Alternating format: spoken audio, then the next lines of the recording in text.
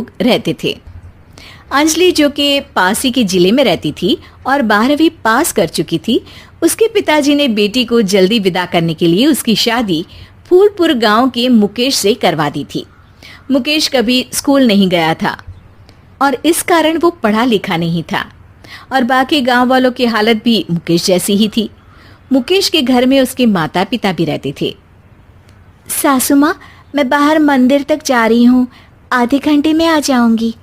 अरे अभी कहीं जाने की जरूरत नहीं है, चुपचाप जाके रसोई में रात के खाने की तैयारी करो। और ये घूंघट क्यों हटा लिया है तुमने? क्या पता नहीं कि इस गांव में औरतें बिना घूंघट के नहीं रहती? रात में अंजलि छत पर जाकर अपनी मम्मी से बात कर रही होती है। तभी गांव की 3-4 औरतें उसे देख लेती है और दरवाजे पर आकर उसकी सास से शिकायत करने लगती है। और क्या हुआ? अरे छत पे तो देखो, आपकी बहू मटक मटक के किसी से फोन पर बात कर रही है, दिन भर फोन पे लगी रहती है। अरे कल तो मंदिर के पास वो क्या कहते हैं, सेल्फी ले रही थी। शहर की बहू रखना अच्छा शान की बात है, पर देखना इसके लक्षण से ये तो तुम्हारे परिवार को बदनाम ना कर दे। ये पहली बार नहीं था जब सास से गांव के लोगों ने अंजलि की बुराई या शिकायत नहीं की हो। अब तो ये रोज की बात थी। अंजलि ये सब सुन लेती है। जब वो नीचे जाती है तो मुकेश भी वहां आ जाता है।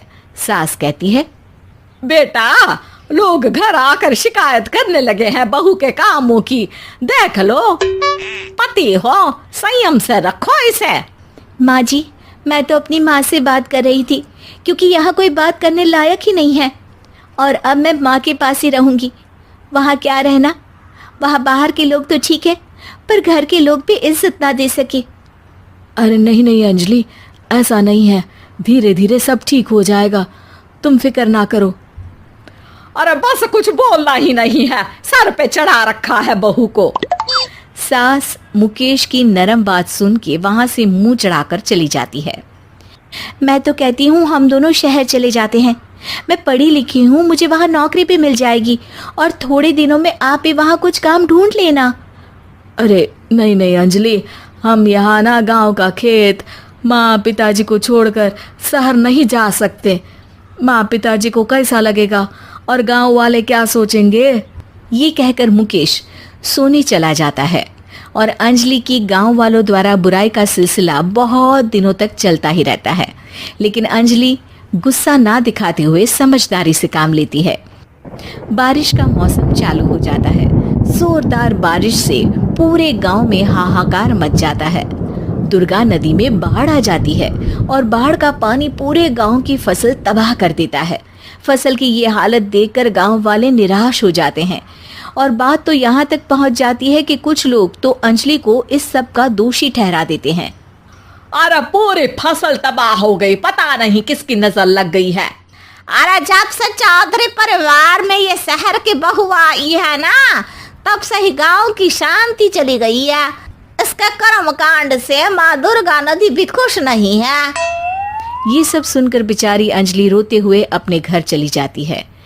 कुछ दिन बाद सभी गांव वाले अपनी फसल का मुआवजा लेकर अपने अपने घर आते हैं। मुकेश भी 1500 लेकर आता है। अंजलि को जब पासबुक दिखाता है तो अंजलि हैरान हो जाती है। अरे, ये पासबुक में तो उन्होंने 4000 की एंट्री करी है और आपको सिर्फ 1500 दिए। सच में? अरे, वो सरकारी अफसर आपको बेवकूफ बना रहे हैं। सरकार की तरफ से हमें 4000 मिले हैं, लेकिन बाकी का सारा पैसा खुद ही खा रहे हैं। आप लोग के अनपढ़ होने का फायदा उठा रहे हैं। ये सब सुनकर मुकेश परेशान हो जाता है, लेकिन अंजलि उसे हिम्मत से काम लेने को कहती है और सुबह होते ही मुकेश को पंचायत कार्यालय ले जाती है और साथ में गांव के और लोगों को भी। आप सरकारी बाबू क्या गांव के लोगों को बेवकूफ समझते हैं? आपको क्या लगता है ये पढ़े लिखे नहीं है तो आप कुछ भी मनमानी करेंगे? ये बेचारे दिन रात इतनी मेहनत करते हैं, ये हमारे अन्नदाता हैं और आप इनके साथ ऐसा धोखा करते हैं। अरे क्या बके जा रही है ये लड़की, किस धोखे की बात कर रही है? अपने कांड करके नदी माँ को नाराज करके हमारा नुकसान करके इसे चैन नहीं मिला क्या?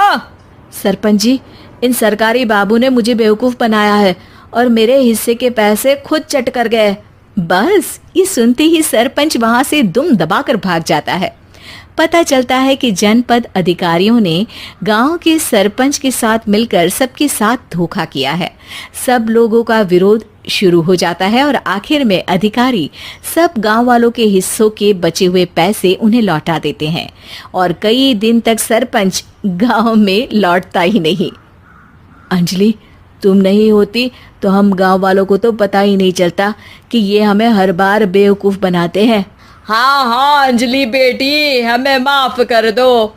हम सब तुम्हें बुरा भला कहते रहे, लेकिन तुमने ही आज हमें बेवकूफ बनाने से बचाया है। हमें तुम पर गर्व है बेटी। अब समझ आया कि सरपंच तुमसे नहीं, तुम्हारे पढ़े लिखे होने से नफरत करता था। क्यों ना इस बार हम अंजलि को ही सरपंच पद के लिए चुन ले।